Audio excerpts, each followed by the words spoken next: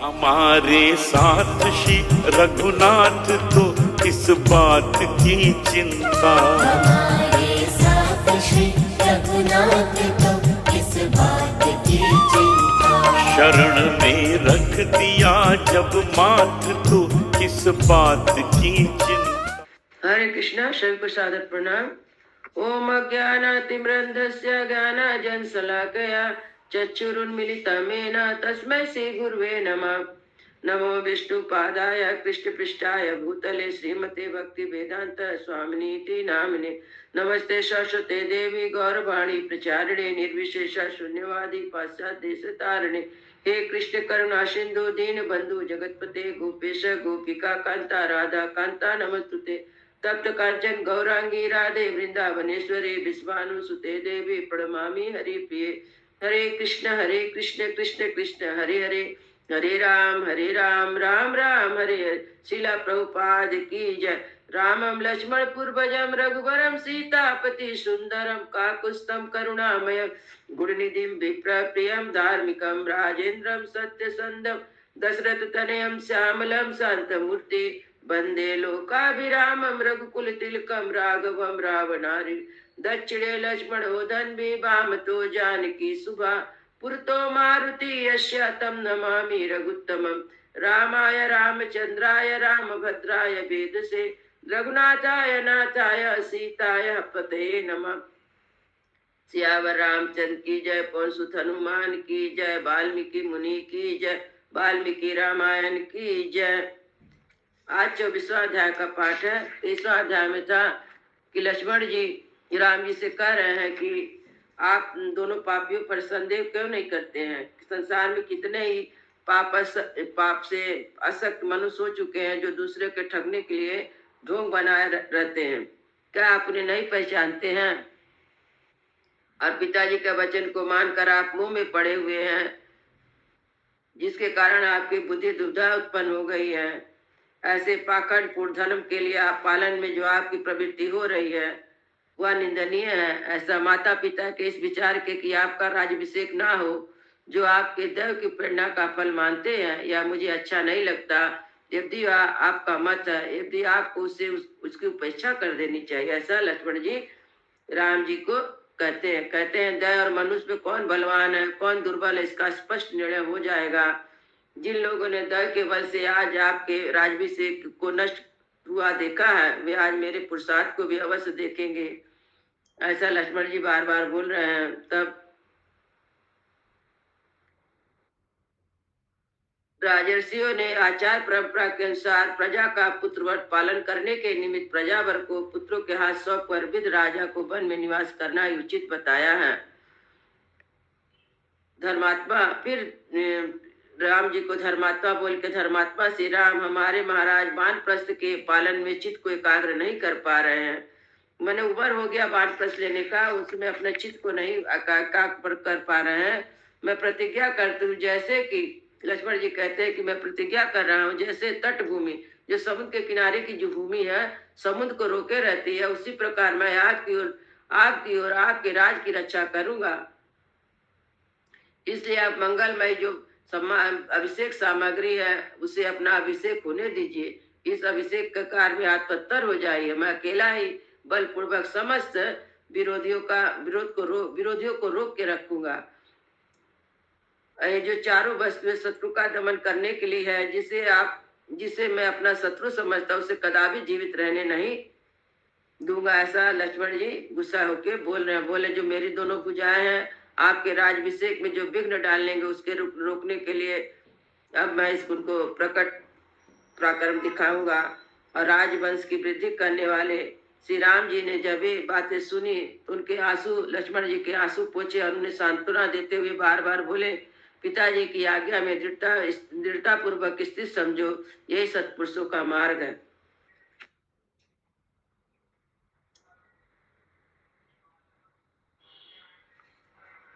और फिर राम जी उनको बार बार कहते हैं कि फिर उनकी माता जो कौशल्या थी वो कहती है कि राम जी वन में चले जाएंगे तो फिर उनको क्या खाने को मिलेगा। वन में तो फल फूल ही मिलेगा। और जो कि हमारे यहाँ जो जो सेवक लोग हैं, उन्हें अच्छा अच्छा भोजन प्राप्त होता है। इस तरह करके रोती हैं और फिर बोलती है, राम जी से बोलती है कि मैं भी तुम्हारे साथ चलूंगी, तुम जहाँ जाओगे वहां मैं भी जाऊंगी।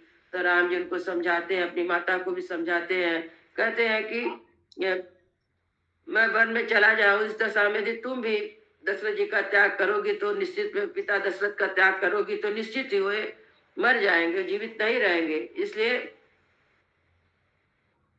जब महाराज दशरथ जब तक जीवित है तब तक उनकी सेवा करो, पति की सेवा स्त्री के लिए सनातन धर्म है, ऐसा राम जी ने कहा। तब श्री कौशल्या माता जी बोलती हैं, ठीक है अच्छा बेटा, ऐसा ही करूंगी। उसके बाद जब ये कौशल्या माता जी राजी हो जाती हैं तो राम जी से फिर इसके भी राम जी और क्या कहते हैं, देखते हैं आगे के श्लोकों में। नाहि नाथ वयं राज्ञा लोकनाथेन धीमता भरतस्यापि धर्मात्मा सर्वभूत प्रियं वदा भवते मनुवर्तते साहि धर्मरता सदा।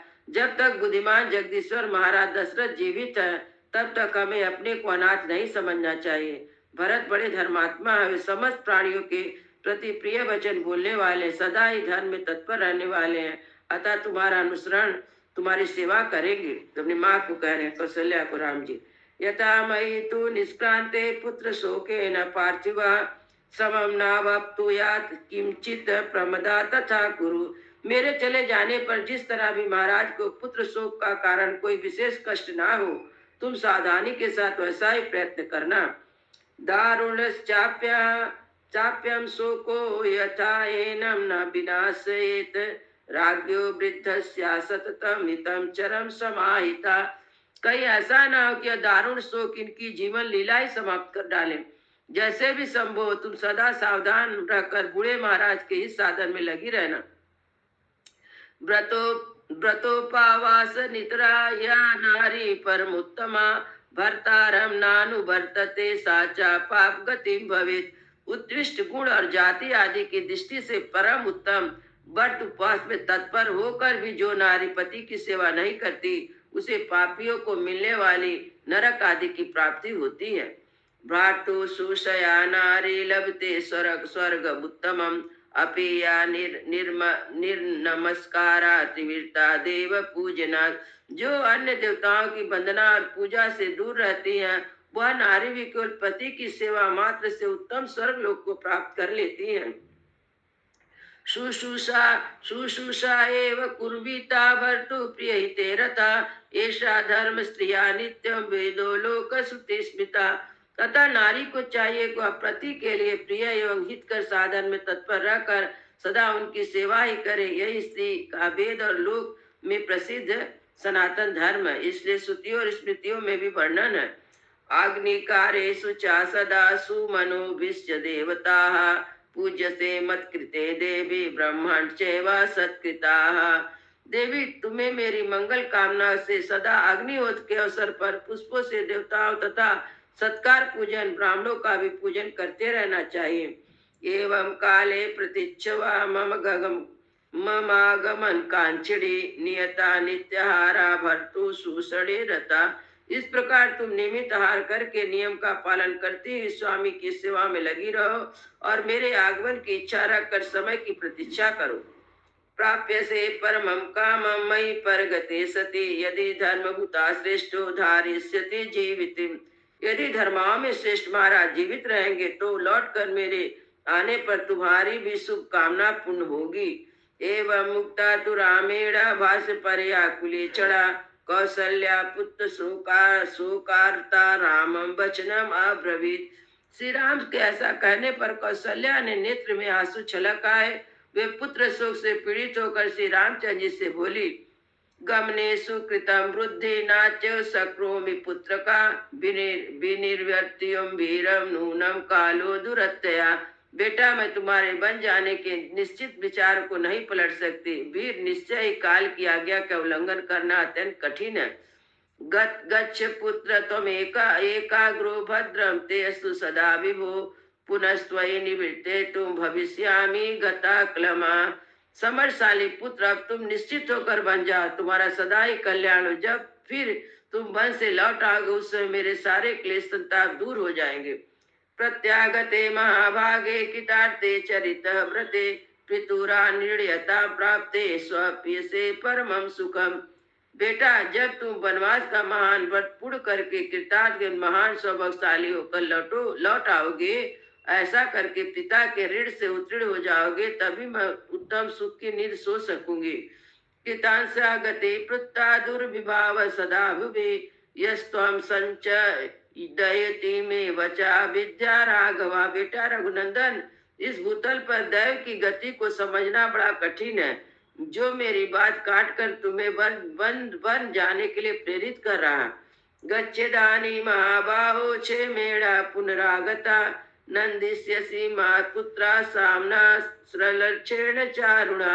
बेटा महाबाहो, इस समय जाओ, फिर कुशल पूर्वक लौटकर सांत्वना भरे मधुर एवं मनोहर बच्चों से मुझे आनंदित करना।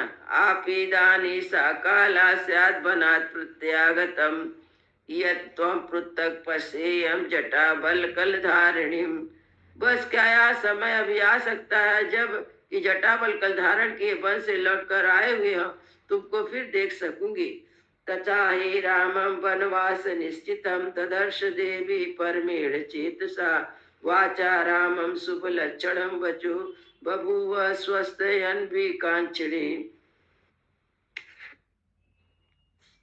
देवी कौशल्या ने जब देखा कि श्री राम वनवास का दृढ़ निश्चय कर चुके, तब वे परम हृदय को आशीर्वाद देने उनके लिए स्वास्तिक वाचन कराने की इच्छा करने लगी।